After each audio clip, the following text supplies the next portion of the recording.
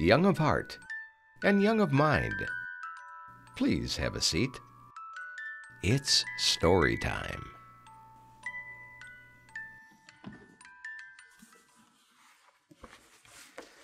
This is an Aesop fable, The Shepherd Boy and the Wolf. Every day, the shepherd boy was sent with his father's sheep into the mountain pasture to guard the flock.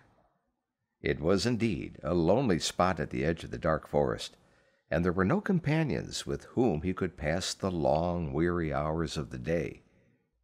One day, just to stir up some excitement, he rushed down from the pasture crying, "Wolf! Wolf!" The villagers heard the alarm and came running with clubs and guns to help chase the marauder away, only to find the sheep grazing peacefully and no wolf in sight. So well had the trick worked that the foolish boy tried it again and again.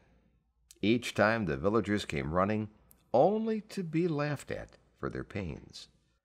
But there came a day when a wolf really came.